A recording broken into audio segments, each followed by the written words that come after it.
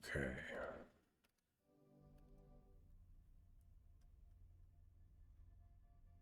Hold on. Music is being slow. Amaranth is a world in recovery. For 3,000 years, the gods were silent. Divine magic vanished. Faith endured, but miracles did not. In their absence, mortals turned to invention, to the arcane, to survival by any means. Magic flourished, but not always wisely. Necromancy rooted deep into the world's bones. Armies of the dead rose unchecked. For centuries, the nations of Amaranth fought back against wraiths, skeletons, and soulless things that refused to die. The War of the Dead, a 1,000-year war, brought generations of loss, and the living began to despair. And then, a century ago, the sky burned. A great asteroid struck the crystal ocean, and from its impact came something greater. The return of the divines. Namely, Croceus, the god of death and the final transition, manifested upon Anth. The undead withered beneath his divine radiance. The gods, all of them, had returned. And with them came a new era. Miracles reawakened. Clerics and paladins rose once more. The dead no longer ruled the night. Civilization had a chance to breathe again. And from the ashes of that age, the Mariguard Academy was born. A fortress, a guild, a proving ground. Built in the early years following the fall, the Academy grew in power and prestige until its name carried weight across all of Amaranth.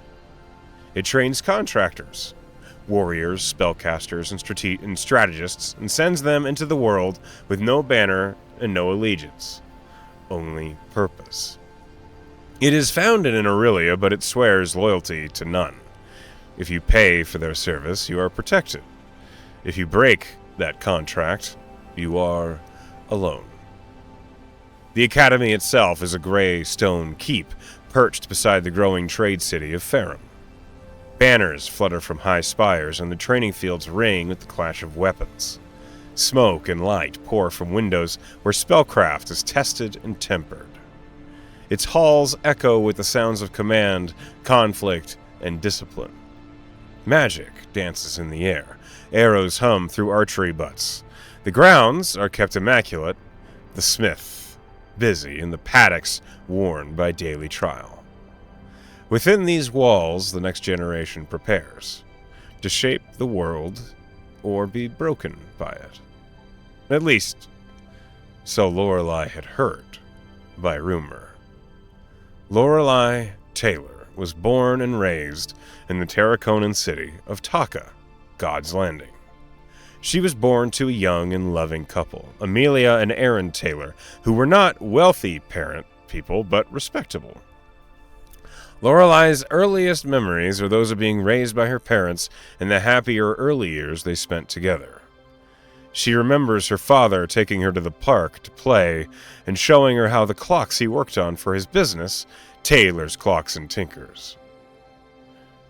She recalls her mother taking her out to see the ships come and go from the docks, and the times they spent together shopping in the Dragon's Gate district, where her mother worked. Among these early memories is one of Lorelei and her parents returning home from a trip to find their home and her father's shop ransacked. She vividly remembered her father installing a safe and a safe room shortly after. Lorelei's next memories are from her early teenage years, where she had been a rebellious streak. She remembers hanging out with the wrong crowd, getting into trouble and staying out late. She started going by the nickname Elle instead of Lorelei, or Ellie, as her parents liked to call her. Elle's behavior put a strain on her parents and their relationship, and on her 15th birthday, her actions came to a head. She was caught stealing. Luckily, she stole from her father's friend. The consequences were not as severe as they could have been, but the relationship with her parents was at an all-time low. Over the next 2 weeks, Elle was still confined to the house, and shop as per her punishment. Tired from her chores that night, she fell asleep early on the padded bench down in the basement workshop. A few hours later, she awoke in the safe room with the door locked and set on a timer to open.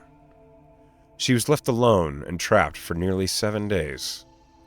It's a scar she'll never forget, the panic, the betrayal, the loneliness, and the grief of it all. Thankfully, the kindest souls she had ever met would save her. Sinra and Liam had managed to free Elle that night. A third person, Zenozi, was with them when Sinra cracked the safe, and she objected to bring Ellie along after they found her. Now, released from her prison, Elle realized that her parents were gone without a trace. In addition to the scars of pain and grief she gathered from that room, there was anger. Whatever happened to her parents, she couldn't nor wouldn't ever forgive them for leaving her like this. Elle had found solace in the Temple of Melisandre, and a few days later, Sinra had come back to offer Elle a new life with a young group of thieves called the Tithes. Elle spent a year just learning the basics, learning the streets of Taka like the back of her hand, and learning how to pick pockets and locks.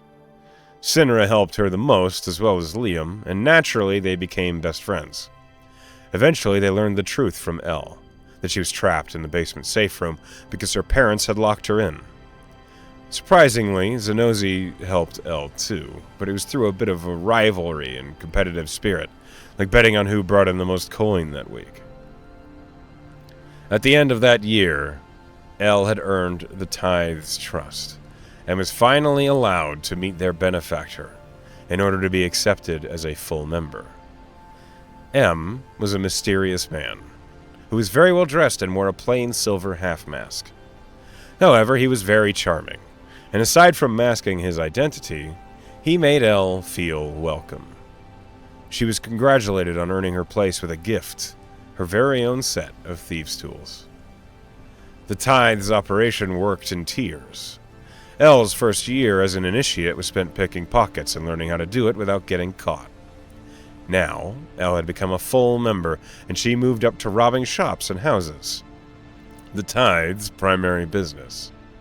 Robberies were done in groups of 3, and M sent information on targets to different Tithes on rotation. It was a good system, and Elle was able to go on 5 different robberies over the next year, all with Sinra and Liam, of course. The 5th robbery, the jewelry shop she had been caught stealing from nearly 2 years ago, was given to her by M to plan and execute. When her plan went well and was executed with minimal errors, she celebrated with her friends at the tavern they frequented often, the Sad Cup. It was here at the Sad Cup that Elle would be approached by an Aasimar paladin who called herself Cressida Westward. She was an instructor at the Mariguard Academy in Ferrum, and she said that she had been searching for Elle for a while now. Now, the Tithes and local paladins of Vion did not have a speaking relationship. In fact, the Tithes did their best to avoid having anything to do with them. So, a paladin of any sort approaching them made Elle, Sinra, and Liam nervous and defensive. But Cressida continued. She mentioned that Elle's father, in his dying moments, asked Cressida to find and offer her help to Elle. Elle was flung into a maelstrom of emotion, and anger surfaced above all others. Elle thanked Cressida with words that did not sound very thankful, and left, bringing her anger and sadness with her. That night, in the consoling presence of Sinra and Liam, Elle vowed that she would never forgive her parents for leaving her like they did. The Tithes were her family now, and Sinra and Liam were her closest brother and sister. She told herself that she wouldn't need Cressida's help with anything, ever. Period. Between ages 17 and 19, Elle's life was fruitful and wonderful. She was fully committed to the Tithes and their way of life. She even pioneered a new business venture M and the Tithes could sink their fingers into. The guided tours of the Holy Gardens was the first legitimate venture the Tithes had ever tried. Some of the tithes loved it, like Liam and Cinra, while others not so much, like the Zenozi. Of course, Elle's business eventually adopted a bit of tithe shadiness, when tours started ending with the sale of basic religious trinkets at elevated prices. Overall, the business was a great success, and Elle's greatest pride to date. Even with the success of Elle's tours of the Holy Gardens, they still continued their nighttime robberies. Elle, Cinra, and Liam had done several robberies together, and it wasn't often that other tithes dared to break up the trio by inviting one of them on a job. However, at the tail end of those 2 years, Zenozi extended an invitation to both Elle and Cinra to join her on a heist. Zenozi had everything planned out already. It was just a matter of execution. They would come together in an alley near the home in a week. It was rare for the tithes to receive a target home in the Two Ridges district from M, but it wasn't unheard of. Cinra and Elle were excited about the unique opportunity. They both talked about what they would find inside and whether it was a nice enough home to brag about. The excitement even rekindled the rivalry that Zenozi and Elle shared when she was new. She made a bet with Zenozi on who could find the most valuable item inside. Elle was not a superstitious person, but the morning of the heist had not been a good one for her. She was completely off her game when it came to tours in the Holy Gardens, and at lunchtime she accidentally toppled a merchant's cart, breaking several vases. However, she remained hopeful and excited. That night, they met as planned, and the job itself was simple. Cinra and Elle would go in through a window on the side, while Zenozi entered through the back door. Then they would meet up inside, search the house, and split up afterward. Easy. Cinra and Elle found the window unlocked and not trapped, making their entrance quiet. Once they were in what looked like a study, they searched for anything that was worthwhile, but they found nothing. However, as Cinra opened the door to the hallway, all hell broke loose. Lying in wait, a man with a pistol grabbed her. The appearance of a man inside what should have been an empty house stunned Elle for a moment. She watched her best friend wrestle with the larger man. Then the pistol fired. The sound jolted Elle into action, and as she went to help her best friend with her hand outstretched, a cone of fire erupted from her hands, engulfing Cinra and her assailant in flames. Elle had just killed her best friend, and the closest thing she had to family. But there was no time to grieve for what she had done. Elle lost sight of the man as the fire began to spread throughout the room. But the next moment, he was back in sight and firing the pistol at Elle. Self-preservation took control, and she scrambled back out the window as the flames consumed the room. Elle was caught by the Vionites, paladins of Vion, staring into the flames of the burning home where she had just killed Cinra. It wasn't long before they deduced that Elle was the culprit of arson, breaking and entering, and eventually murder. She was jailed and awaiting punishment when the Vionites interviewed her for more information using a Zone of Truth spell. Luckily, she was able to resist the spell effects, but it scared her of what they might learn about the tithes and M if she were to fail. She needed help. She needed a way out. The next day, she brought the name of Cressida westward and the Mariguard Academy to the Vionites. She hoped that the words Cressida had said to her 2 years ago were not a lie. It is in this moment, Elle, that our story begins. The road from the constabulary was busy. You cannot help but notice the number of looks you get from other passers-by as you are escorted along the finely cobbled street. The Arcanium, a marble structure with a domed roof that you had seen countless times before, but never had cause to enter, loomed ahead. Waiting outside of it was the familiar face you had seen once before, so long ago. White hair, pulled into a braid, framed a stern face, one that had clearly seen countless battles. The left side of her face was scarred and burnt, but it had long since finished its healing. It wasn't getting any better anytime soon. Cressida westward stood waiting, her arms folded across her chest, a grand maul strapped across her back.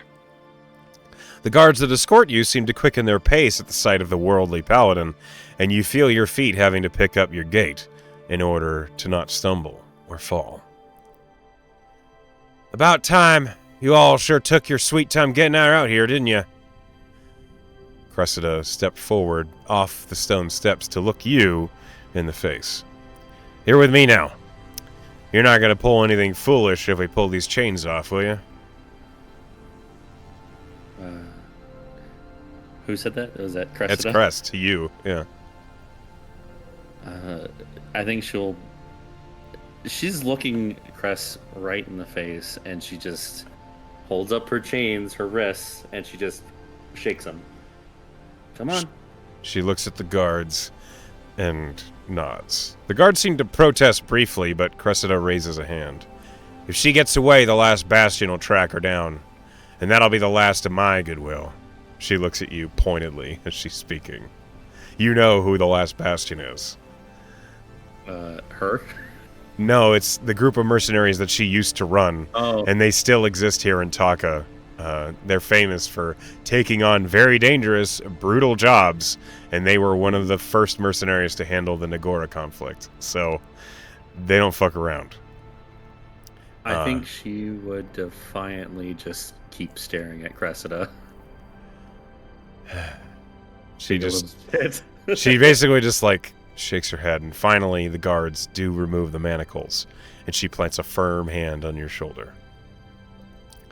Come on. We gotta get you to the academy before I have to pull any more strings around here. Do you go with her? Yeah, and as soon as she'll walk into or towards the doors of the Arcanium, and as soon as the Vionites are gone, they haven't she'll left. Just kinda they're watching. They're not leaving. Okay. As soon as she's in through the doors, she'll just kind of dip her shoulder out of the grip. Rolling acrobatics. Because Cressida is not letting you slip her grip. Okay, we'll see what happens. Yeah, it's linked. It should be linked. That's pretty good. Oh no, it's not. It's a 13. Okay, hold on. Let's see. I of course have made my universal mistake of not having my dice ready when I ask people for rolls, because I am a fucking idiot. Here we go. Okay. Good fucking luck. You try to slip it and you just feel her hand pinch, and it hurts. Ow! Quit fucking around. You can let go of me. I'm not going to run. I want far away from this place. Yeah, we're getting there. And she pushes you into the Arcanium. Which, since you've never been in an Arcanium, well, you see a massive marble structure, with archways around this octagonal room, and occupying one side of it is a desk, a counter with a concierge. Where Cressida has, basically finally, looks at you for a long moment, and then lets go. And then she goes up to the concierge to have a quiet conversation. One that it sounds like she's trying to hide the words she's saying from you, or there's a strange illusion going on over the conversation. You can't make it out. It's weird, even though you're right there. Okay. I think Lorelai wouldn't care what they were talking about anyway. Instead, just kind of look at the desk and see if there's anything nice on it, like a pen or something. Just something to fiddle with. Roll investigation. Okay.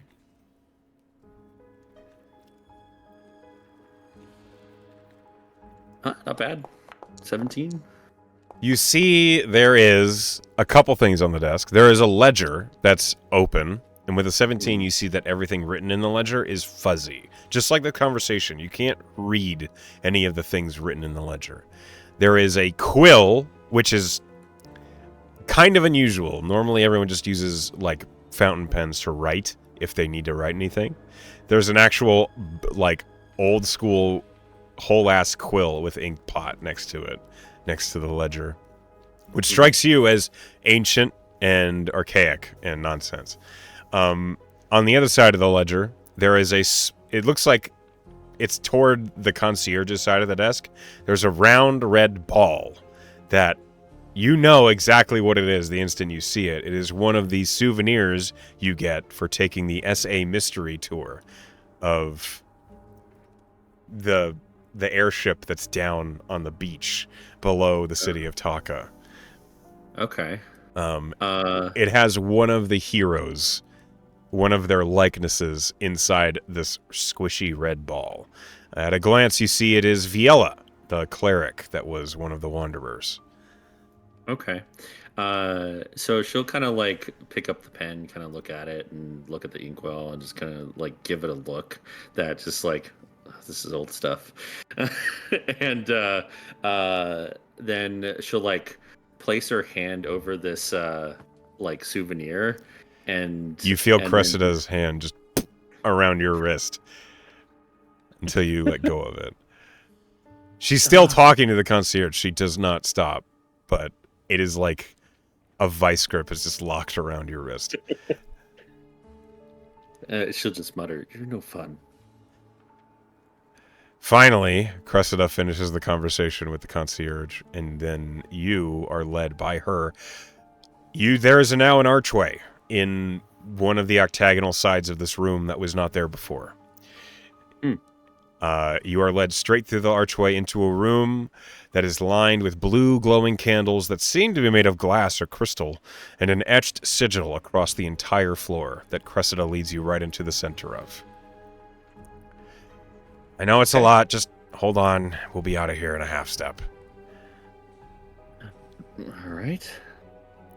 Sure, whatever you say. As soon as you say that, the entire world seems to blink and hiccup, and you find yourself stumbling as if your feet slam into the ground, and all of your balance was tossed aside.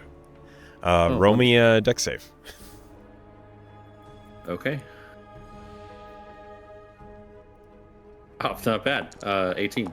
Okay, yeah, you managed to stay on your feet, and you are in a completely different room.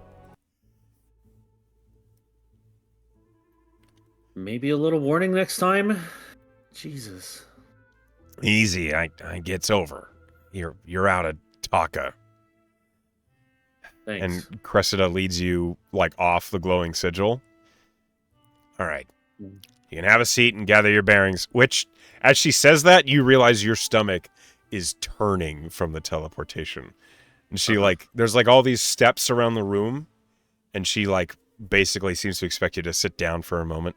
But she says, all right, I've got you out of there. Nobody's rushing to lock you up here, and you're thousands of miles away from Taka. You're in Ferrum, underneath the Mariguard Mercenary Guild. I'm sure you got questions, so let's hear them. Yeah, was I given my stuff, in a package? Did I have it? You have your personal effects, basically.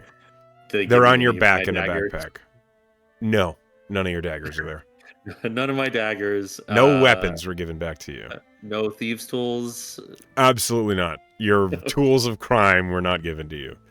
Well, crap. At least I was given my clothes. Yeah, you have your clothes. Okay. You have what gold you had. You have your small effects and stuff. But the actual weapons and things used for criminality were not provided to you.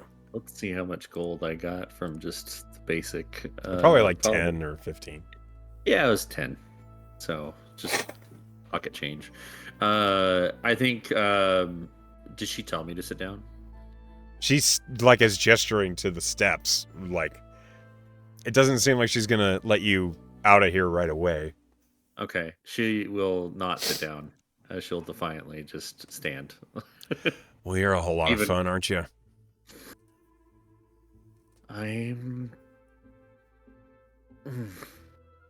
Testing my patience is what you are. She's fighting back the urge to just, empty her guts. Yeah, sure.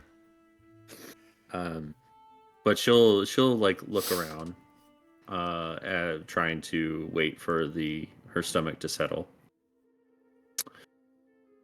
So this is the Mariguard Academy. This is the teleportation room underneath the academy. This doesn't look like a whole lot. Mm-hmm. So what happens here? Lots of shit. And we'll get into that in a minute. I have a question for you, if you're willing to answer it. And I'll count my blessings if you are. Viola willing. Okay. What happened?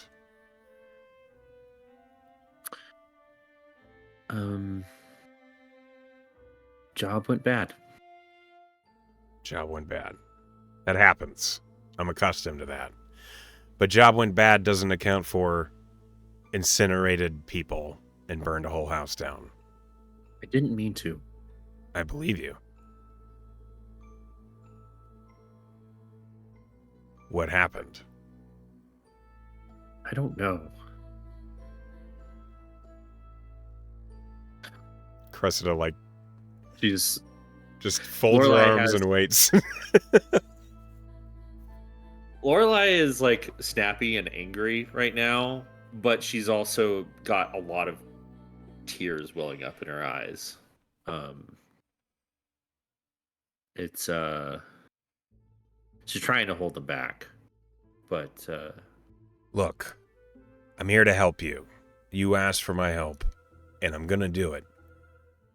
I owed your dad that much. Now, this place, the Mariguard Academy, can give you a new slate. Can give you a clean record. But you have to mean it. You have to try. And while they will train you as a rogue, if that's what you want, I suspect there might be more to you than that.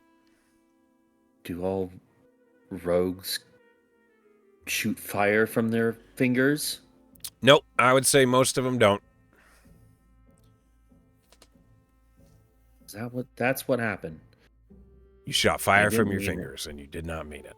Okay? Well, knowing your pops, knowing your dad, I'd say you got some magic in you. Oh, shit. Oh, yeah. He was a great sorcerer, which makes me think he might have the makings of the same.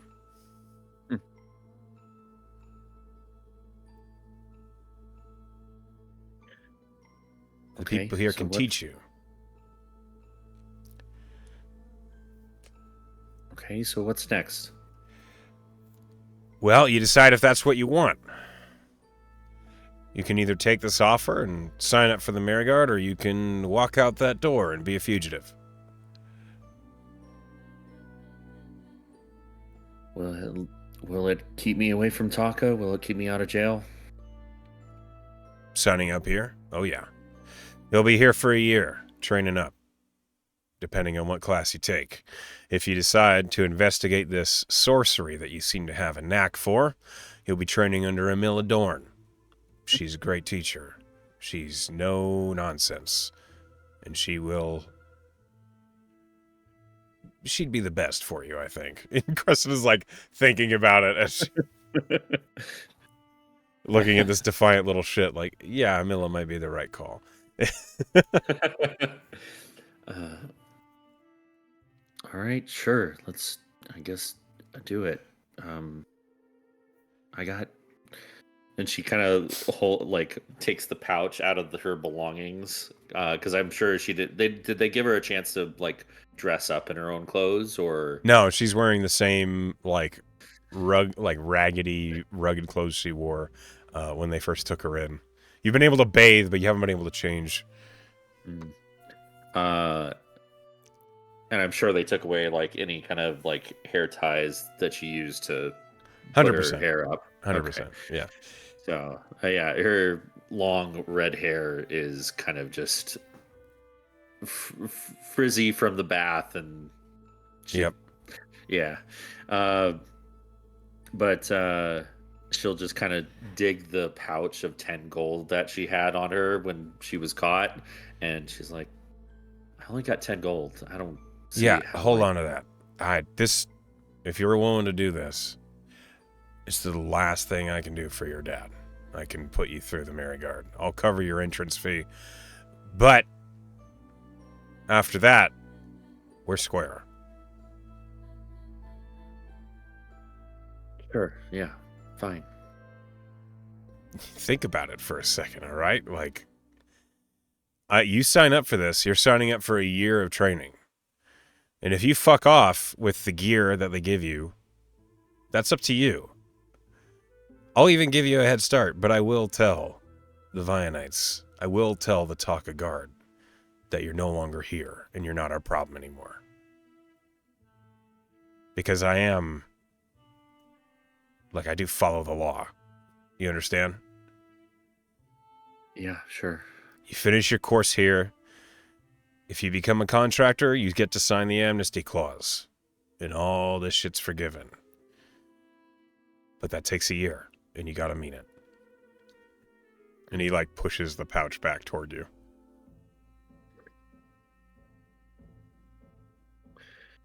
She'll put the pouch away into the bundle that is her clothes. Can I go fix my hair and put my normal clothes on? You can get dressed here, but we're going straight to the selections room after this. Okay. And she turns around, just gives you a little privacy. Just okay. She'll just kind of retreat a little bit further away, and then start putting on her clothes, which is kind of well, doesn't have her daggers anymore. Yep. So she can't put those. So she wears a pair of black, I guess what would be the equivalent of combat boots. Just like horseman's boots, or even military marching boots. That's kind of the same. Yeah. Which she tucks her gray pair of cargo trousers into them. Then she dons a greenish tunic that it has long sleeves and has a little some buttons at the top and kind of a bunched up extra fabric.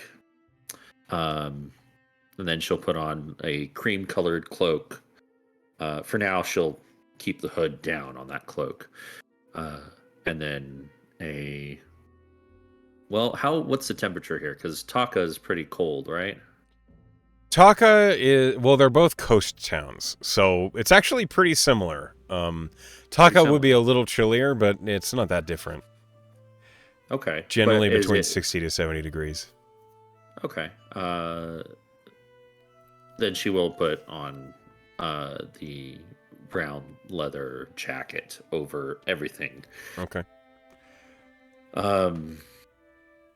She won't do her hair just yet because she needs hair ties and stuff for that. But when she's done, she'll sigh and, all right, let's go. All right, follow me up the stairs, and she leads the way, and you are brought upstairs, up through a door that emerges in the lobby of the Mariguard Mercenary Academy. Mm-hmm. The Mariguard Mercenary Academy, as always described, is rich dark mahogany with a large desk right in the middle of this foyer. And you see there is a dwarf at the desk who looks up as you enter, and Cress goes straight up to the dwarf.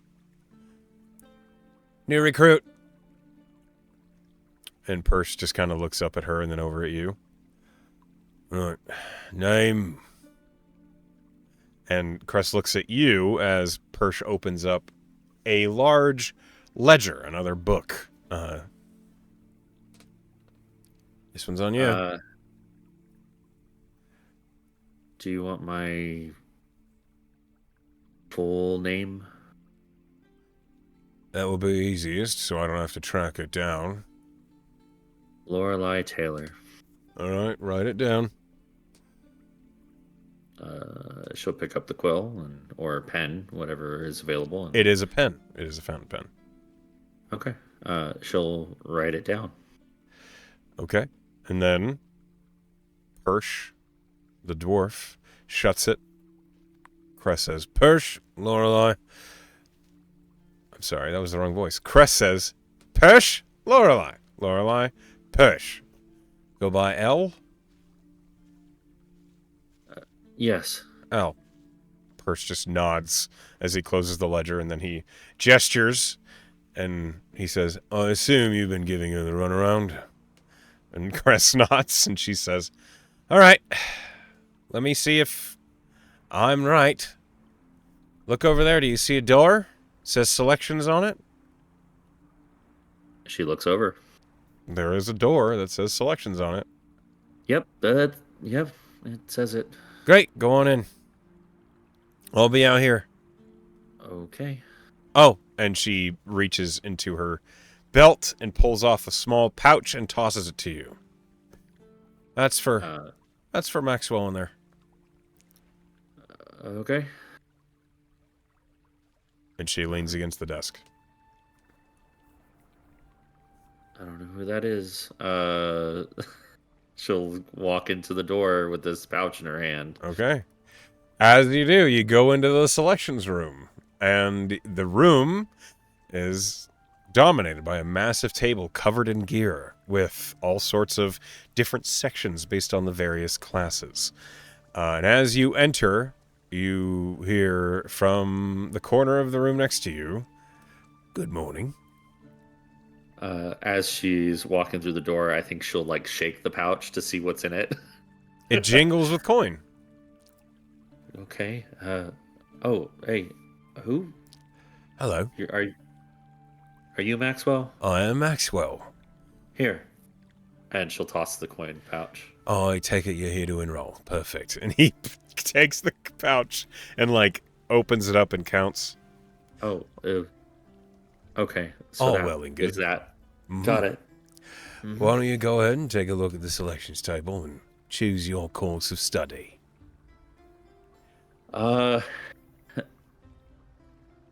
She'll flit over to the rogues table for a moment, just kind of looking over everything. It has everything a rogue would need. Probably nicer gear than you've ever seen. Everything on the table is incredibly well made. Organized, neatly oiled. Everything glows with a slight orange from the lanterns within the room. I think she'll kind of like just run her fingers along the daggers that are, I'm assuming, are on the table. Mm-hmm. And the are thieves' tools usually in like a leather kind of Yeah, fold? it's like a roll, basically. A roll, yeah. I think she'll kind of look at those as well, kind of her fingers along that. And then she'll glance towards. Is there placards on them? Yeah, like every single section has like a little placard indicating who the instructor is and what the class is. So she would see Maxwell White, Rogue course, and Maxwell's right behind her. She'll look back at Maxwell. Yeah, you teach this one? I do.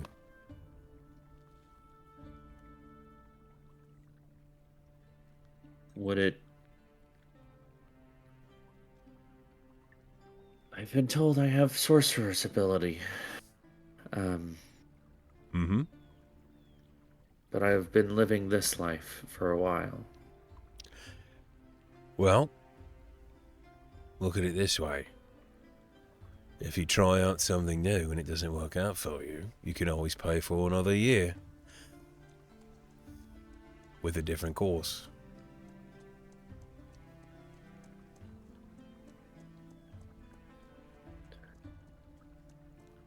Is it okay if I grab these? Just these. And she'll put her hand over the thieves' tools. No. Once you choose a class, you have to indicate all of that equipment. If you would like a set of thieves' tools, I guarantee you will make some money in your studies here, and you can buy your own. Saka's always making all sorts of equipment, and I'm pretty sure she'll have another set of those for sale if you'd like them.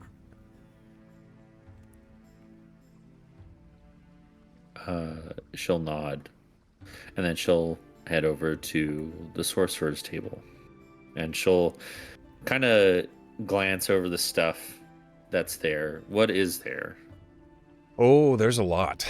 At the top of the sorcerer's table, there is a very long, very ornately made light crossbow with a quiver of bolts next to it. Running the entire length of the table is a staff, the head of which, it does have like a crystal in it, but it's like reinforced with iron wrought around it, so it looks like you can whack somebody with it, and it would not suffer any harm. A number of wands and crystal arcane focuses and small pouches with all sorts of powders and materials and branches and sprigs and little things are coming out of them. There's like long robes that look incredibly lightweight and easy to move around in. There's all sorts of small equipment and paperwork and little like inscribing tools that look like they're used just for almost like diplomatic purposes. Mechanically, it's a forgery kit. There's lots going on. But there are daggers. Okay. I think she's seen a forgery kit before. Just by the nature of her business. So I think she'll kind of like perk up at like raise an eyebrow at that. Just she didn't know, all this sorcery required a forgery kit. You hear behind you Maxwell say, "You think rogues are the only ones that break the law?" I think everybody breaks the law at least once. Mm-hmm. Whether they know it or not. Is that what appeals to you, being on the wrong side of the law? What appeals to me is making money. Oh, well, you're in the right place. Good.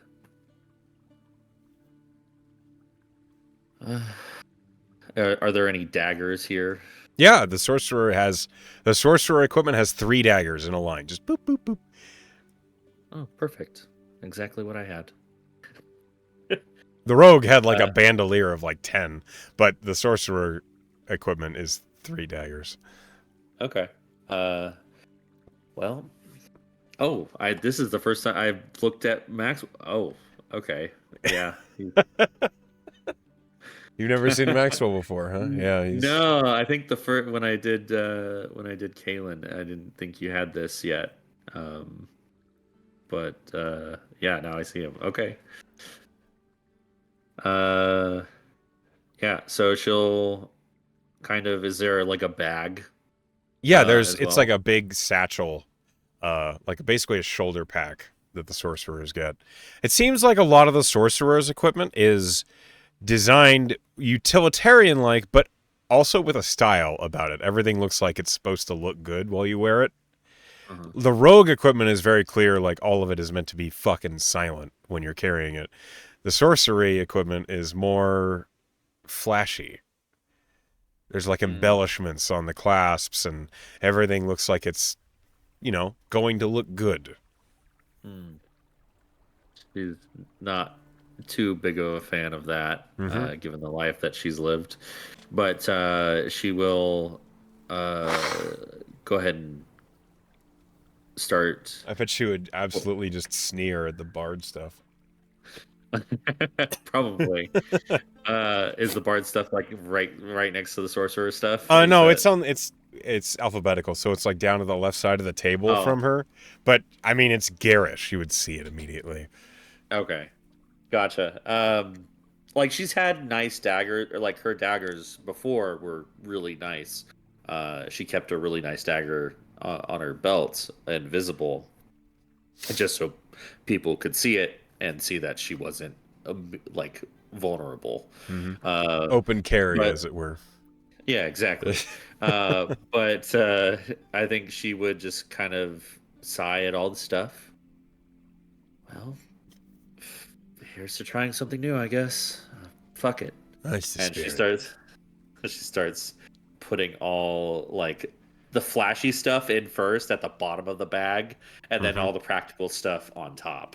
Uh, you said there's like arcane focuses. It's basically like she can choose any of the kinds that are there. There's like a wand, there's a rod, there's like a crystal, there's a what looks like a small amulet. There's all sorts of little. Then there's the big quarterstaff, which also acts as a arcane focus.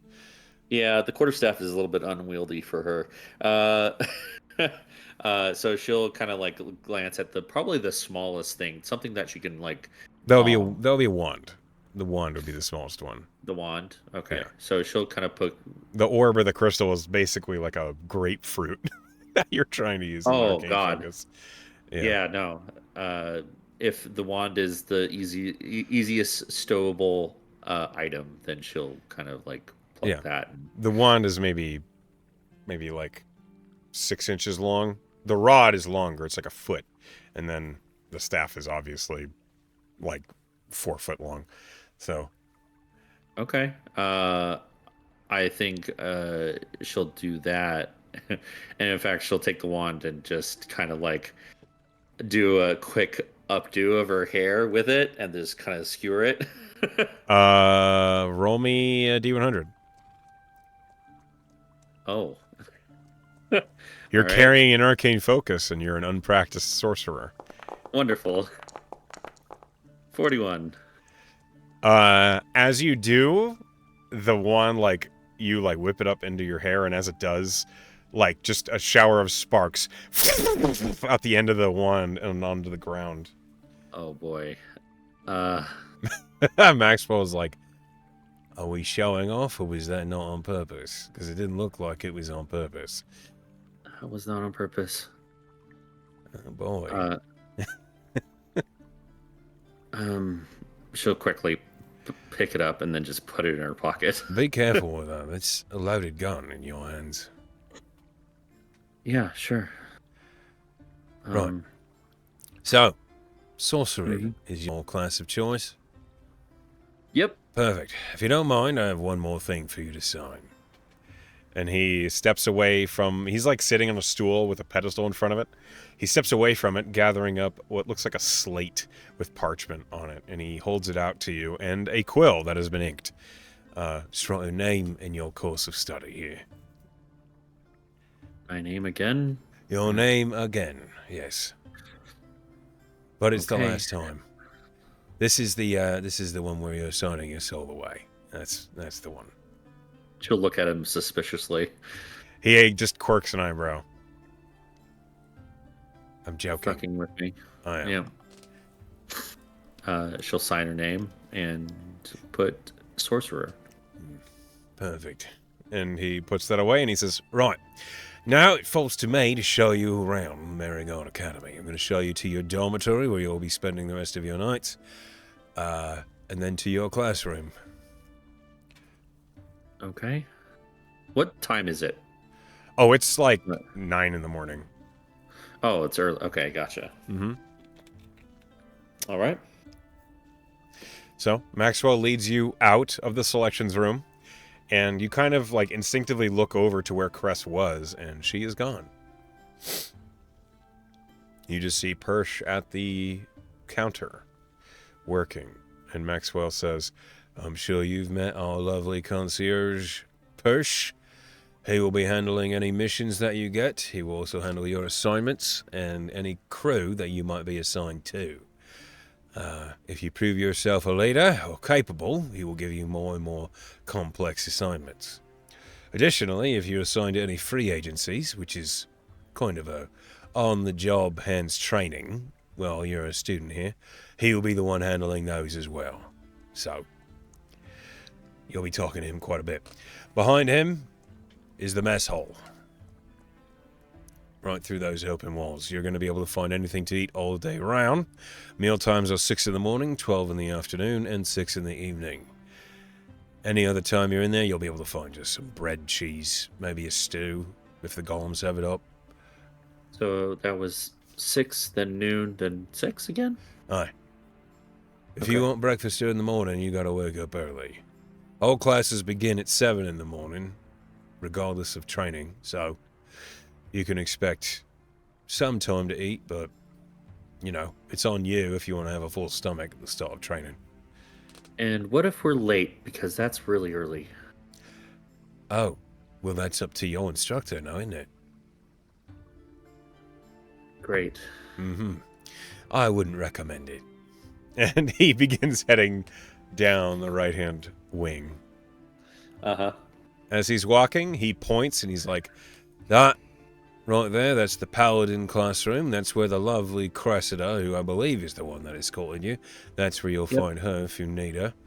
That right there is the barbarian classroom. That's not of interest to you. And this is the sorcery classroom. But across from it is going to be your dorm. You're fortunate.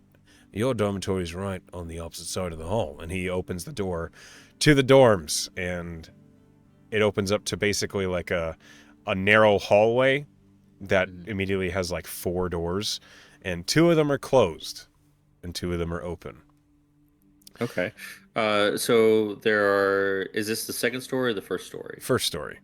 First story. So it was paladin, then barbarian on the other side, then sorcerer at the end, Yes. and then dormitory was to the left across the hall from the sorcery. Yep. Classroom. Okay, gotcha. Go ahead and okay. pick a room, dump your things in it, and then I'll take you to meet your instructor. She'll pick the closest room to the door. That's on the left. That would be on the left. So okay, yeah. It's the first door on the left is open. You take that one. Okay. The room is simple. It's not like low quality. The bed is a twin, but there is a nice trunk at the base of it and a dresser. There is also only one bed in this room. So you won't have any roommates, it seems. Okay. Gotcha. I think she'll just kind of like throw the bag on top of the locker. All right, good. Check under your pillow. Why? What? For the tooth fairy. Just take a look. She'll just kind of like lift the corner and just kind of look a little bit. There's a key. Oh. Yeah, right. There you go. Figured it out. That's your key for both this room and your locker. He'll grab it and pocket it. Okay, follow me. And she does. He basically just leads you right across the hall, and he steps out, like, he doesn't open the sorcerer classroom door, but he basically, like, leans up against the wall next to it, and he says, this is where I'll leave you. This is where you're going to have a conversation with your instructor to find out exactly what it is that you're all about. If you have any other questions, you can bring them to her. I believe her name is Amelia Dawn, Miss Dawn. You can have a conversation with her about it, or you can have a conversation with Persh. I will be back in the selections room handling any other new recruits that pass by. Okay. See you later, Max. It's been a pleasure to meet you, Elle. And he kind of like tips a finger to his head and begins walking away. Okay. She'll look at the classroom and just kind of glance towards the hallway to where the front doors are. Mm-hmm. Give a big sigh and turn the knob to enter. Okay. Or is there a knob? Yeah, it's a knob. Okay. Doorknobs exist. Moment here. As you enter the sorcerer's classroom, you see it is full of books. There's fine seating around the room. There's what looks like uh, alchemical contraptions on a massive table in the middle of the room, and you see there are a few people in here. There is what looks like a high elf who's standing with her hands clasped behind her back, like in the corner of the room, looking over as these two other individuals. One of them is a kobold, the other is really unsettling. Just a glance at her face and her hair are pure white, and there's red markings running down her cheeks and on her forehead. Everything about her, like the instant you see her, you smell blood, and you don't like it. Everything about her is unsettling. Yeah. But as you enter, the kobold immediately turns around and looks at you, and he just smiles with a very broad, toothy grin. But then he returns immediately to what he was doing on the table. And as you've entered, what do you do? Oh well, she would disguise the disgusted look of all this unsettling. She'll try to disguise that as best as possible. Roll a deception. Kobolds. Okay.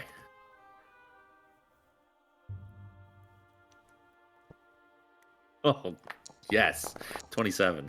Yeah, you hide it well. You like the initial smell like overwhelms you for a moment, and you're like, okay, and then you just swallow it down. She doesn't look up at you at all. She's like entirely focused on what she's doing. Gotcha. Now, kobolds in Taka. There's a lot of dragonborn in Terracona. Kobolds are almost exclusively night dwellers, but they generally, in every major city, kobolds are around, and they kind of have, it's almost like Chinatown. They have like their own society that kind of lives parallel along with what's going on with everybody else, but they're just there. They're around. They're like in the background. So you've seen them.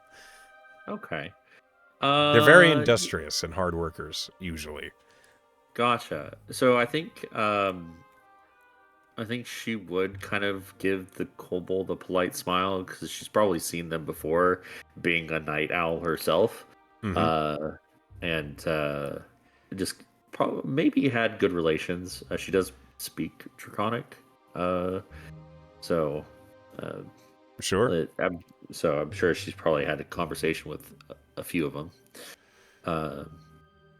But this woman across from her. Oh, she's been approaching ever since you entered, just kind of like quietly pacing.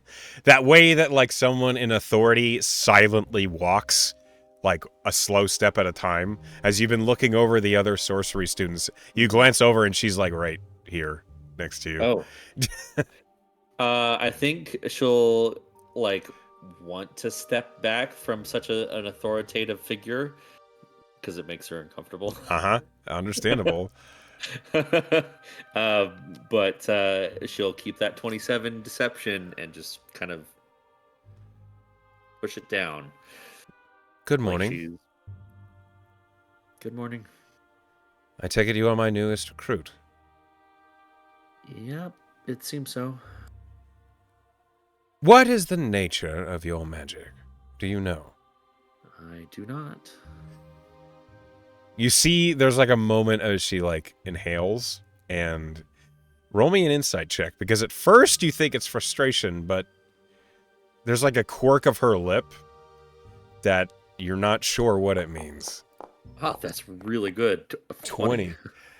You think she's excited. You think she might be, she might like the idea of figuring out what your magic is. I think her brows will furrow for a moment, just like, how can you be so excited? I killed my best friend with this just 3 days ago. Like, what the fuck? Mm-hmm. Yeah. What is your name?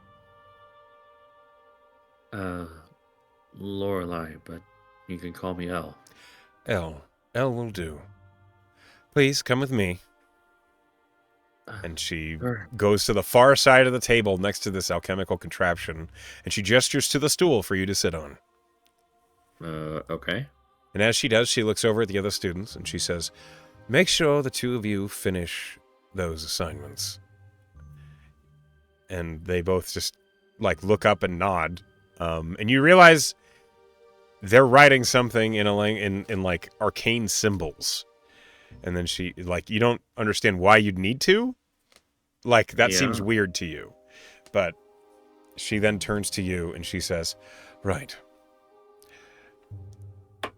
Mm-hmm. I am sure your journey here has been tiring. I'm sure you come from far away. None of that matters now. I need to understand how your magic has manifested itself. The moment of creation, of discovery. Please tell me how you learned you were born with the weave within you." I think she'll think about it for a long moment, and just there's a long, long pause as she goes over everything, and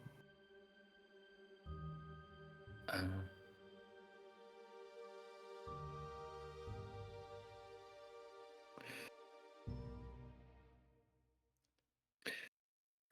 I don't.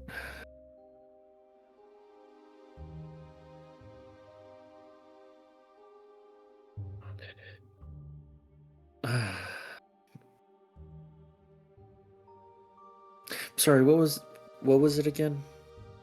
How did you discover you had magic? What happened? What was the moment of revelation to you?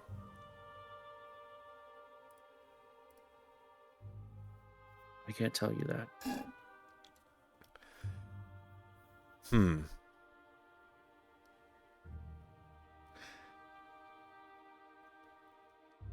Well, that When might be sticky. she'll revert back to a moment that she had within the safe 4 years ago, where, and she won't talk about the moment that she did magic, but she will talk about a weird happenstance that happened when she was 15.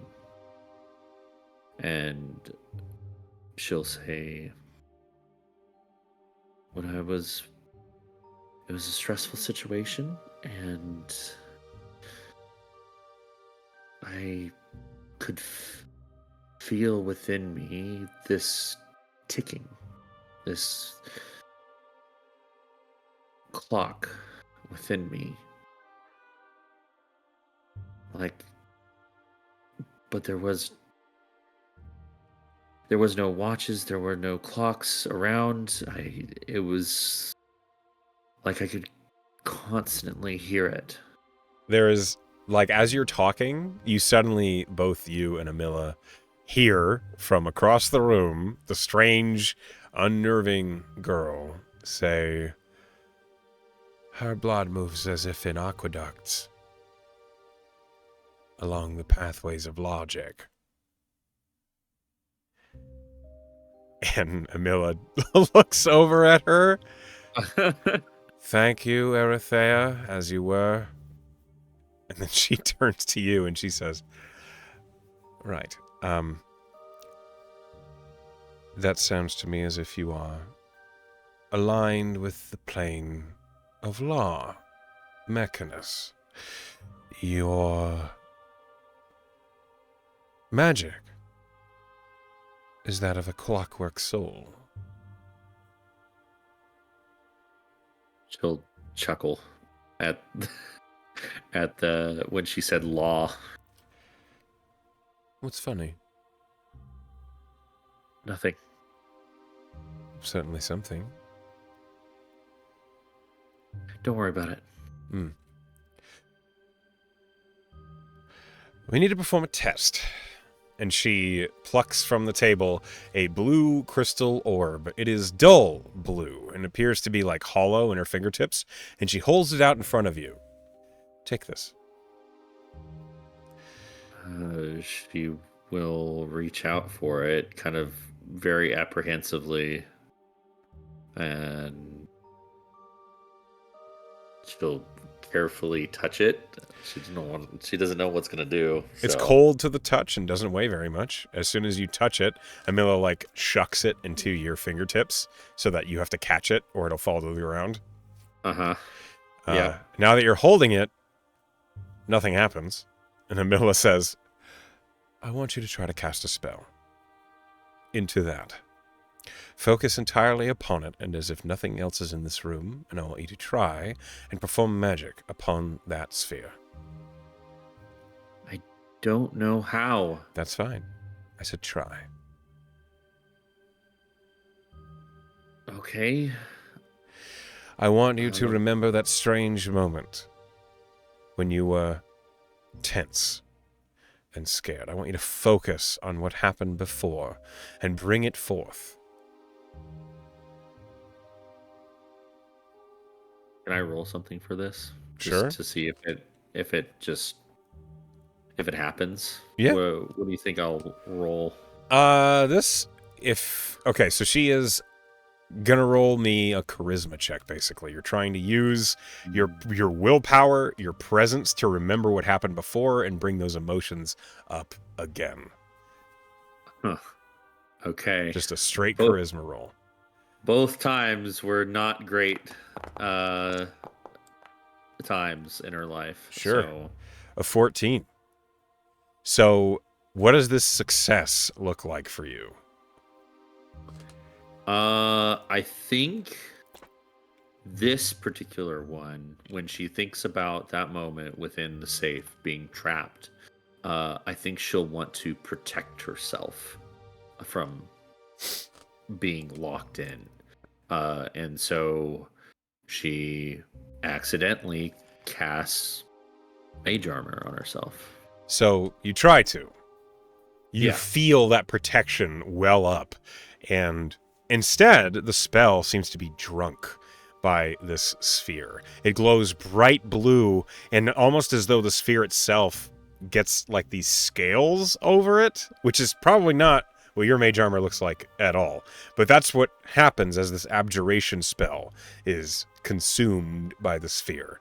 And before you can even really like address what just happened, Amila plucks the sphere from your fingertips, holds it up into the light, and looks at it.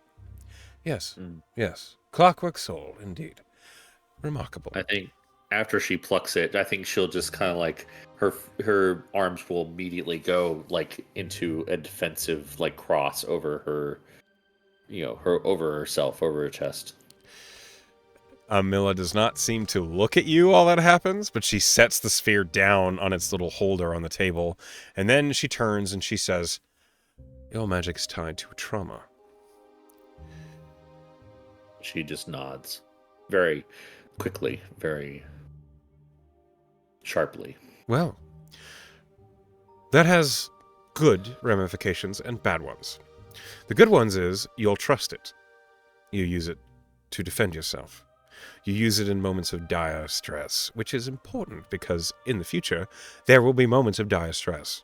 However, we need to learn how to control those emotions that bring it forth.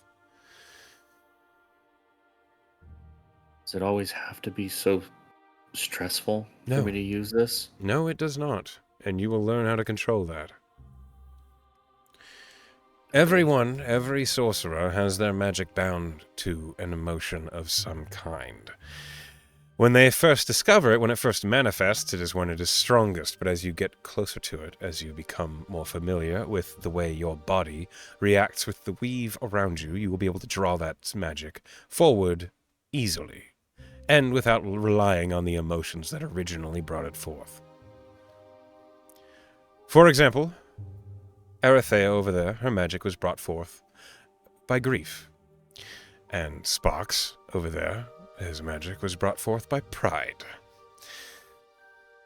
And Sparks looks up and he says, I didn't think this was the place to talk about other people's secrets, boss.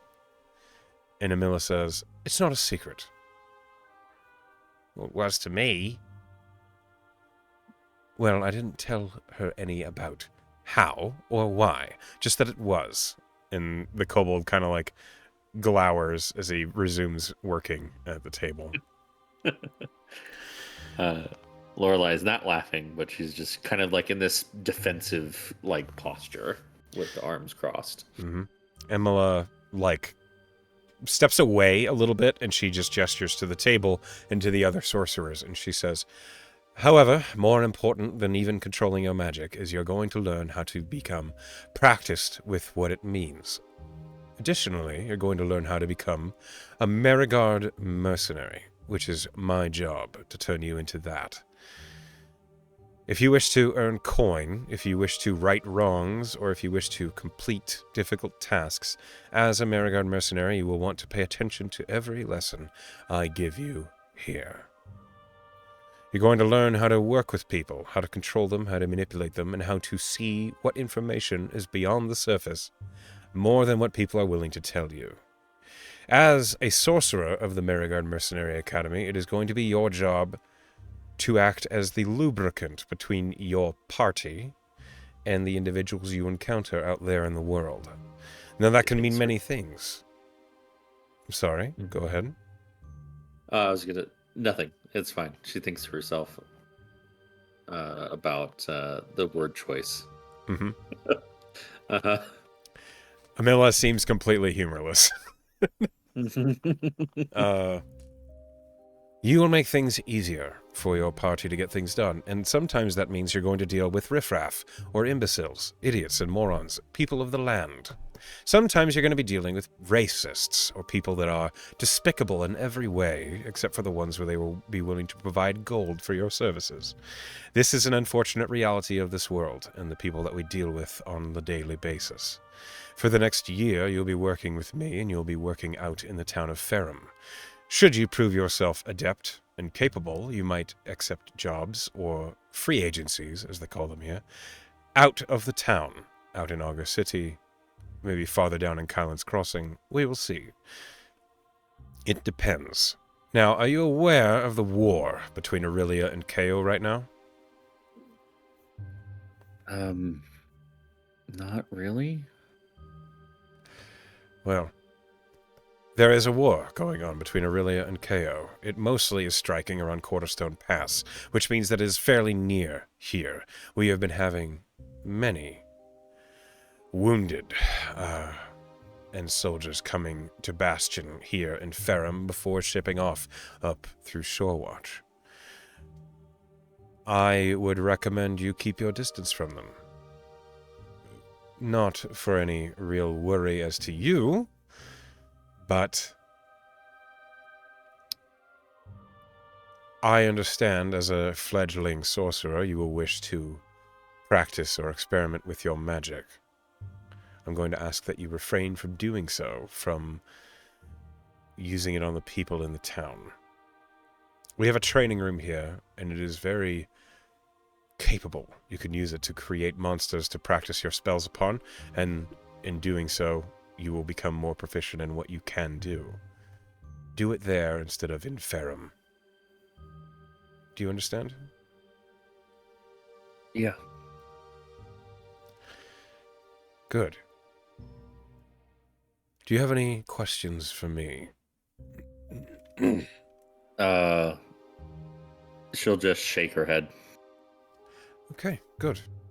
Then your first class begins tomorrow morning. You have the rest of the day to yourself. You're welcome to explore the town or sleep. I care not. But welcome to the Mariguard Academy, Elle. Thanks.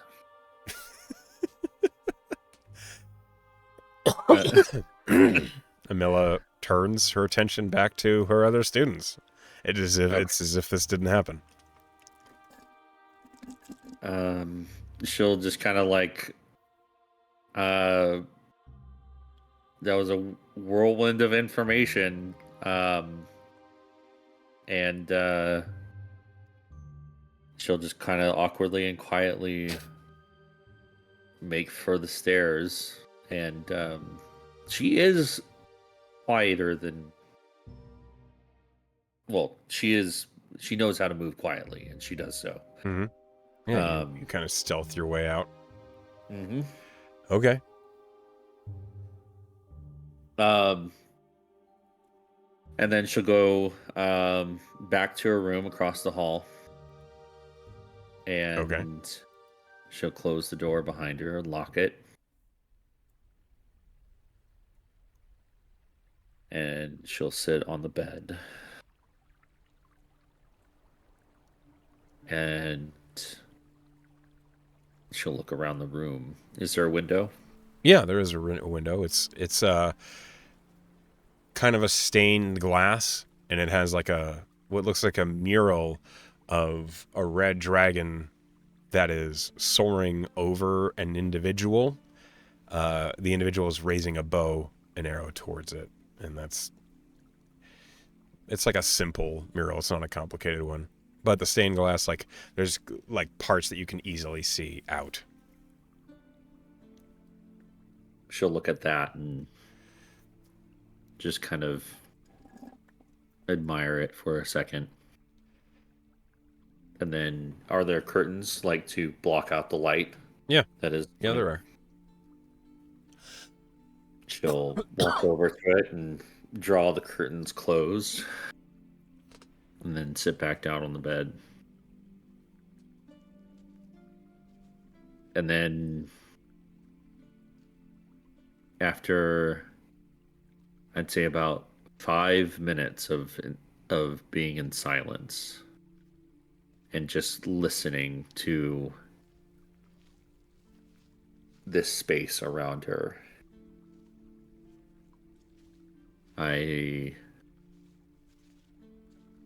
everything, the wall that she built, the dam that she built to hold back everything and just get to this moment, breaks. Yeah. And she weeps.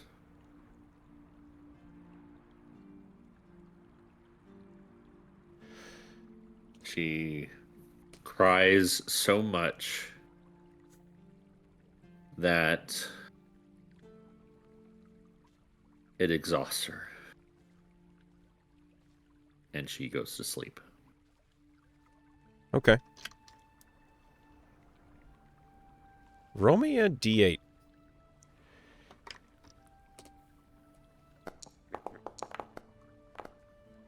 Six. Okay, hold on.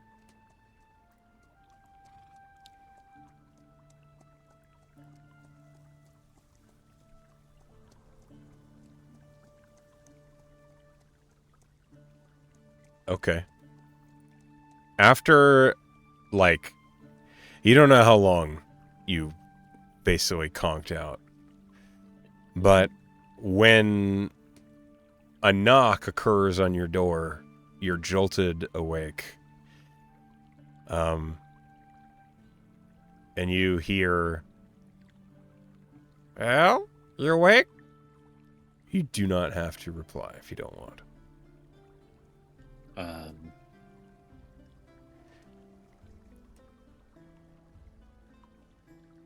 She'll wake up and she'll scramble to the bag to get one of those daggers. And as soon as she hears the voice, and she can assume, oh, well, she's heard it before. It's the kobold. Yeah. It is the kobold, yeah.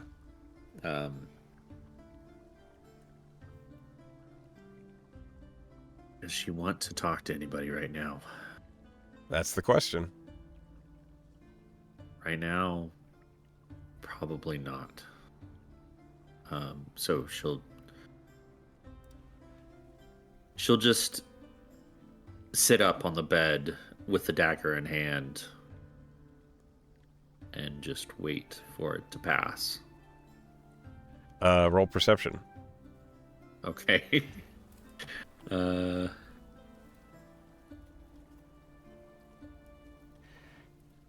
7. Okay. Hold on. You hear like some quiet muttering, and then footfalls as it sounds like 2 people leave. Okay. After that, can she just like take a peek outside, see if it's light out still? I mean, yeah, you can just move the curtain a little. It is late evening. Oh, okay. Well, this is usually her time. So I think at that she'll stow the dagger and put it onto her belt, and then finally kind of just do her hair into the usual braid that she does. Yeah, you find there is like a bedside table, and like just out of curiosity, you open it up. It is full of bobby pins and wraps and all sorts of just cosmetic supplies, basically. Perfect. She'll spend like 30 minutes to an hour doing that because braids take forever Yeah, with how much hair she has. you use the small mirror over the table and get yourself looking like what you want to look like. Yeah.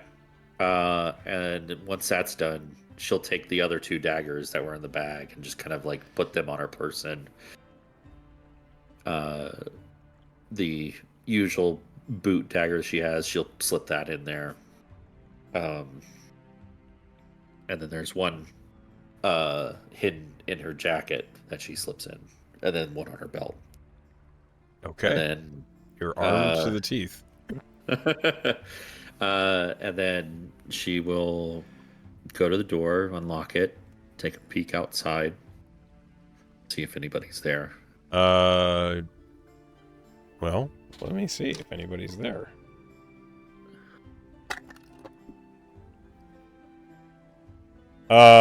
In the little common area between the dorm rooms, there's like a couple small chairs and a little table.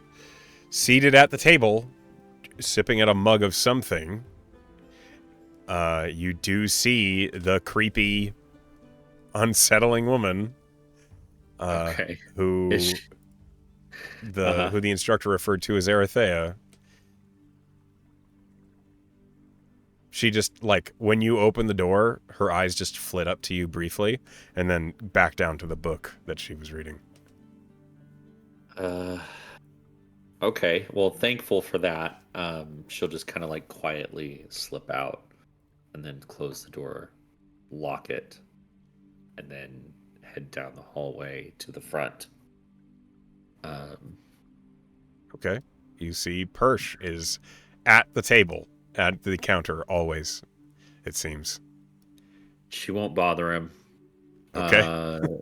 But does she get a guess for like what time it is right now? Has she missed or has she missed dinner? Oh, and it's not that late. It's like 5 in the evening. Okay. Well, she has her pouch of 10 gold, so she'll just won't bother him. Just kind of slip by and walk out the front door. Okay, you go out the front door, out onto the main street of Ferrum. Let me go ahead and... Oh, Heimdall. Let me just pull this up. You are now out in Ferrum proper. A city completely new to you. Yeah. Heading straight away from you, looking out through the gates of Ferrum, or through the gates of the Mariguard Academy, you do see that this main street leads straight down to a large park. But before that, you do see there is a large tavern, like dominating the right side of the street from where you're looking. And you see it has like this image of a guardsman who is clearly very jolly with rosy cheeks and spilling ale out of a mug, labeled the Mariguard, which you're damn confident is a pun off the Mariguard. Next to that, you see another business. Yeah. Closer to that, you see another business. It looks like a small herbalist shop. And then farther than that, toward the corner, you see there is a physicary. There's like the symbol of a caduceus. Clearly is a medical shop. Other than that, there's lots of small like homes and residences on the street, and that's it. All right. Then she will just kind of like wander with her hands in her jacket pockets and just kind of look at the city, just walk around. She's probably pretty hungry by now. Probably. She hasn't So eaten anything since the shitty bread and cheese that the constabulary gave her in the early morning. yeah. Would there be, if she makes her way past the park to the middle of town, or what she kind of like? Can she follow the buildings to the center of town? Oh, absolutely. The main street that leads from like the eastern gate is obviously a main street, and it is lined with vendors, and following it leads straight down to the market where it's not hard to like you can hear people calling out their wares. Now, it's getting later in the evening, so a lot of vendors and salesmen are like packing up at this point. But there's still business going on in the market. Is there anything like just like a wrap, like a hot wrap, or like something hot to just pay like a silver for Oh to yeah, eat? there's a you like she walks right by a pasty vendor, which basically sells basically hand pies, which are like meat and vegetables wrapped up in dough and baked. Perfect. Yeah, she'll just kind of like l- walk up to it silently and look at Three what he copper for has. a lamb pasty, or five for a beef. Lamb. Yeah, and he gives Uh, you like a hand pie. uh, the 10 gold, can it be like different You can break denominations? it down, man. I don't care. Uh, yeah. She'll she'll give him four copper for as a like a tip. He like Um, taps the extra copper to his forehead and says, "Good on you." Thanks. And she'll continue on her way to the center of town. Okay. Uh, The pasty it tastes okay. It's like street food. It's not fancy. It yeah. does the job.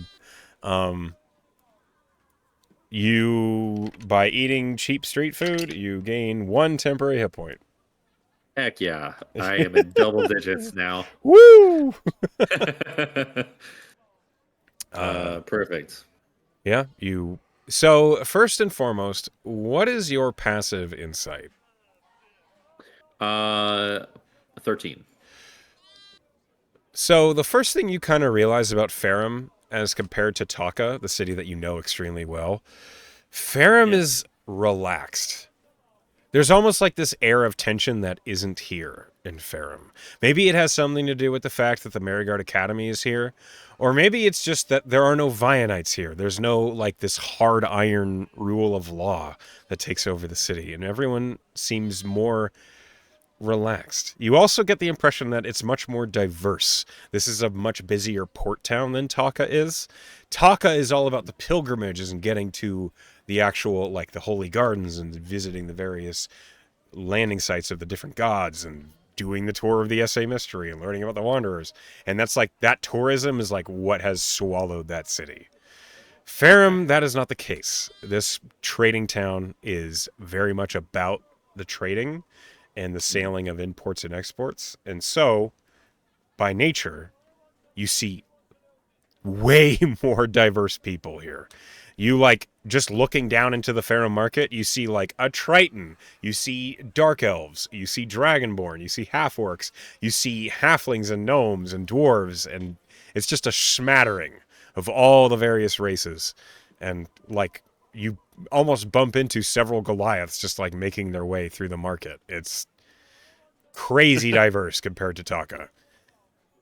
Okay. Then she will, seeing like the relaxed demeanor and not seeing any Vionites around. I think she will become a chameleon and adapt to fit in a little bit more. Okay. Um, Kind of just don this demeanor of relaxed.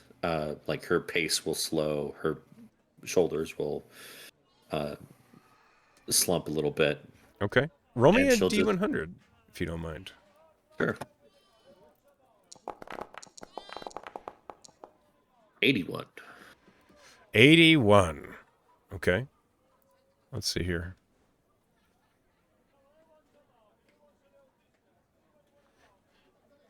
Like as you kind of like have slowed down and relaxed, and you almost like kind of get lost in the calm, basically, you suddenly realize that like you're like trying to squeeze your way between a couple people, and one of them like points their finger and it just like gets right in your face, and you like realize what is happening as this human is pointing down at a gnome that's right behind you.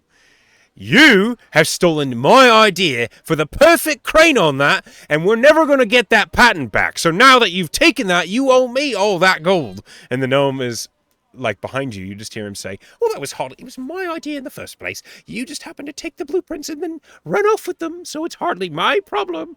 And like you're in the middle of an argument. What do you do about it? She'll like her brows raise like, how did I get myself into this Yeah, you're situation? like right in Um, between them, and they're like looking around you as they're arguing at each other. I just acrobatics my way out of Oh yeah, the middle absolutely. of Give it a this? shot. Roll acrobatics. Okay. Okay. A natural 20.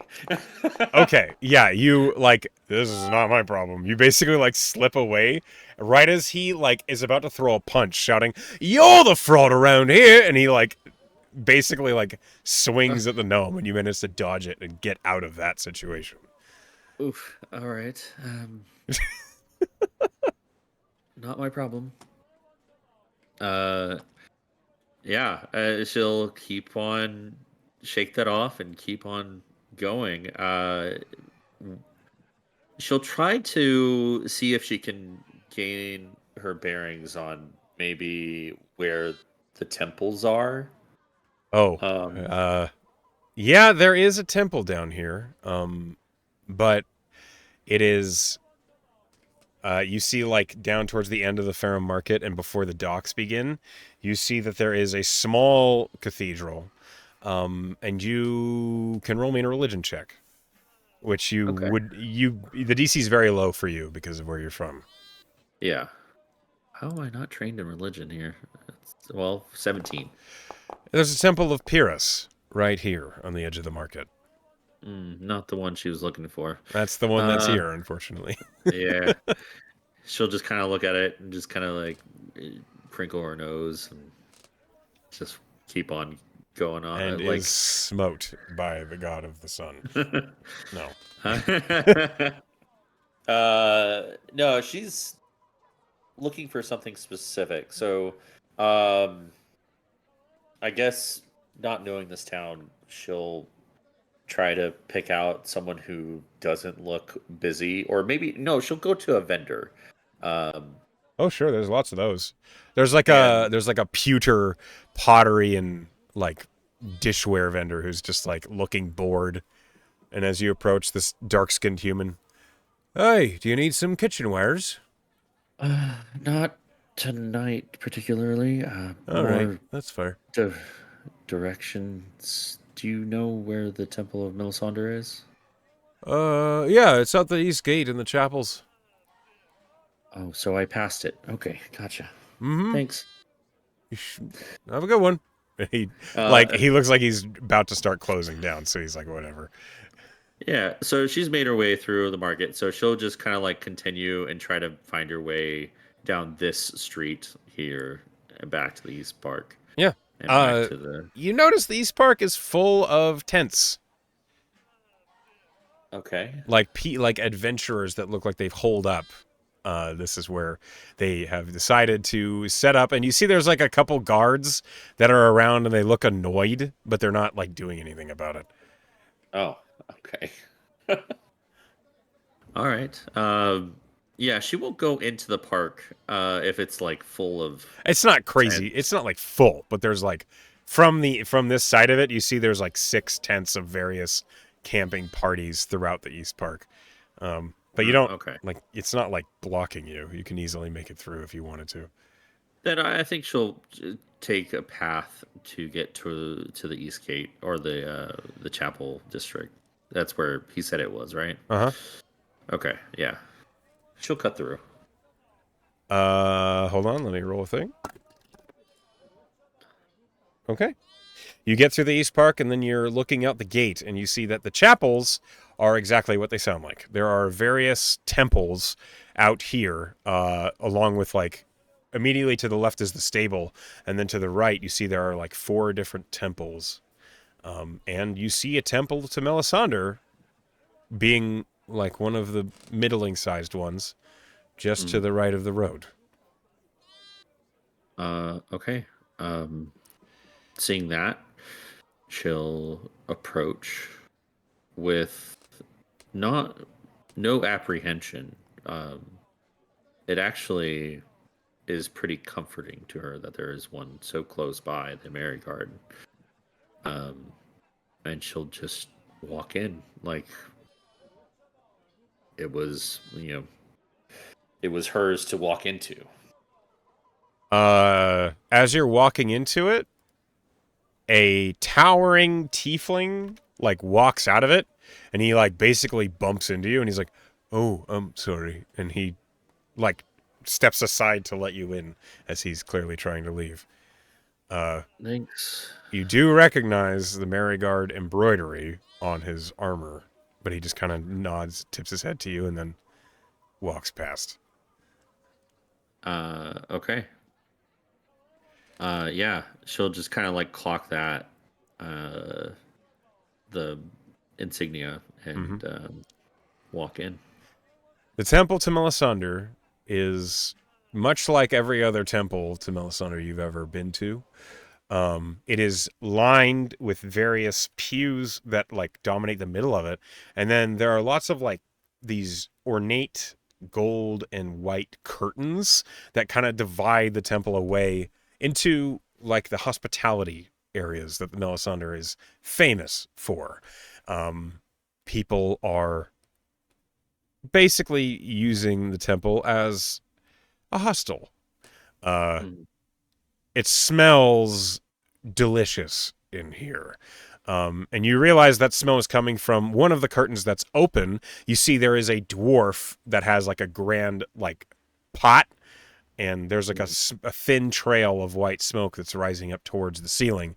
And in the pot, he's like stirring something that smells of fish and tomato, and it's really strong. Um, Mm. but it just smells good. Yeah. Uh, I think she'll kind of like her eyes will look at that for a long moment, but Hey, I come think get a she'll. bowl if you're hungry. It's fine. The dwarf like has looked at you. Yeah. Yeah, it smells great. Yeah, It's market stew. You're welcome to have a bowl. sure. And she'll wander over and take what has to offer. Yeah, he like he spoons out like a bowl of this red stew that has, you clock like 6 different kinds of fish and like broken, like he like plucks out a little piece of crab shell and then holds it up to you. I don't have a spoon spared for you, but I mean, this will do the job. You can just drink it. This is perfect, actually. Good, good. Thanks. Stave off the cold. And he just goes back to stirring. Um, Uh, yeah, she'll take a seat nearby and just kind of like eat of the soup. How does it taste? let's see. It tastes good. It tastes like it has indeed been made with all sorts of different fish, but at least the dwarf seems to understand how to spice and season. Some of the fish is Good. a little overcooked, but it tastes delicious. Eh, yeah. So, So you go no, ahead. no, no, I insist. Have you been here long? Oh, no. It's my first day in the town, actually. And Oh, I kind of got a little overwhelmed by all the hustle and bustle down farther south. uh, understandable. Uh, where are you coming from? Oh, I just came in, I've been traveling for quite a while. I was out at Keystone, if you've ever heard of that. shit book it. Can I roll a history check? Yeah, go ahead. You might have heard of Keystone. She's met a lot of people. 17 again. 17. You've heard the name Keystone before. It does not come with pleasant tidings. The town of Keystone is famous for being outside the law, basically. It's full of gangs and smuggling and criminal enterprise, and it's dangerous. The people that live there don't choose to live there. Okay. Where is that? I'm on the big map. It is... I can show you. We can pull Vinny over here, too. It's right here. Oh, okay. Gotcha. So not too far, but You far know, enough. just fucking... Let's see. He's journeyed. Okay, maybe it is far. It's like almost 500 miles. But, I mean, as a traveler, which this guy does look like he's a traveler, that might just be part of the job. Okay. Well, glad you made it here safe to provide such great stew. Hey, the road teaches you a few things. What I brings you wish- here? Oh, business with the Mariguard. He, like, finally clocks that you're carrying, like, a Mariguard satchel and stuff, and he says, "Oh, a new student, it seems." Yeah, just made it in today. Well, I wish you luck. Thank you. Just kind of getting my bearings. Well, this is a good Yeah. place to do that. It's hard to find a moment of quiet in this town, but this will do it, right? I'm hoping so. He nods and, like, takes a sip of his own bowl that he's got to the side as he continues stirring. So are you here for business as well? Oh, yes. I'm looking for something better. You know, I had a vision that something good might be awaiting me on the western shores, specifically in Brookport, so kind of on my way there. Okay. Well, I hope you find your way safely. The lady hasn't guided me wrong yet. Yeah. I know that all too well. She's been there for me plenty of times. They say that if you're truly blessed by her, her avatar will visit you and give you a gift. I have yet to see that happen, but, I mean, one can hope. I haven't either, and maybe one day. We'll see. The dwarf nods, kind of like smiling as he continues to stir the pot. Do you happen to play chess? Well, I'm more of a cards player. Oh, that's Do you play fine. cards? I do play cards. I'm always looking for a way to pass the time. Sure. What's your name, by the way? Cartwright.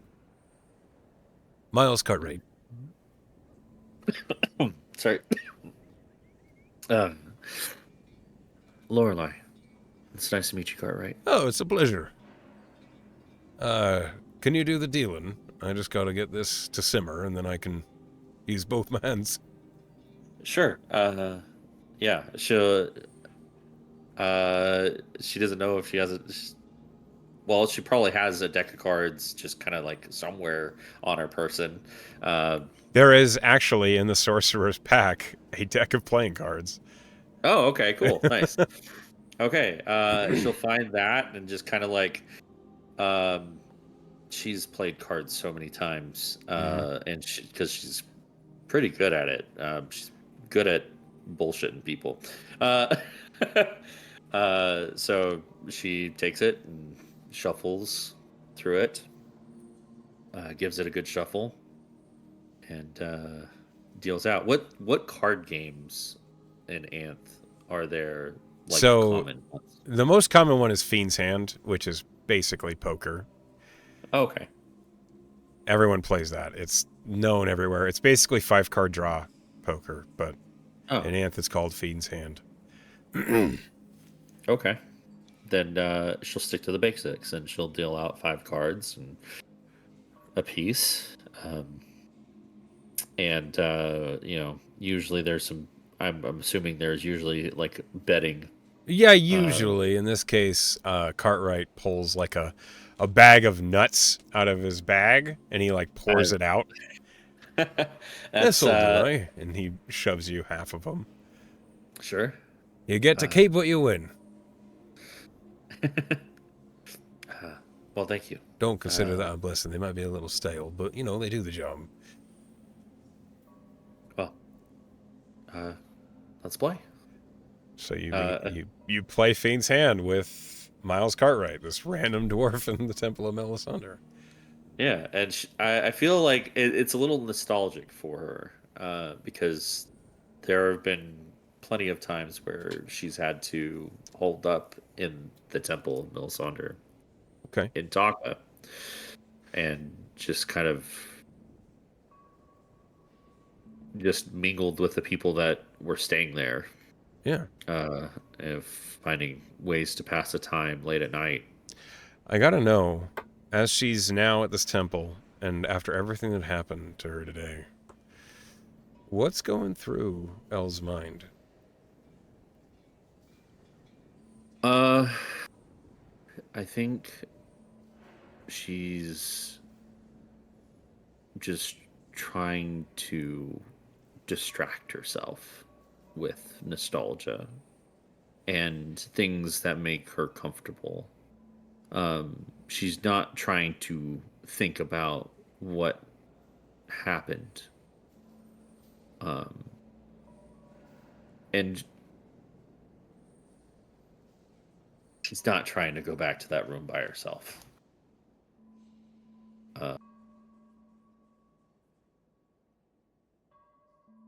I think that's a big part of it.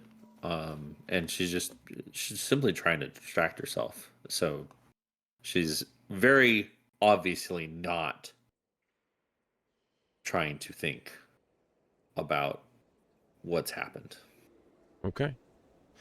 Then as you kind of while away an hour or two with Miles in the Temple of Melisandre, with a full tummy and a head full of worry, that is where we're going to call it for tonight's session. Okay. I want to thank you for playing with me, and I hope you had a good time. And to those of you who are at home or at work watching, hi Penn, hi class, hi Emily, hi everybody else. We love you all, and I wish you a good night.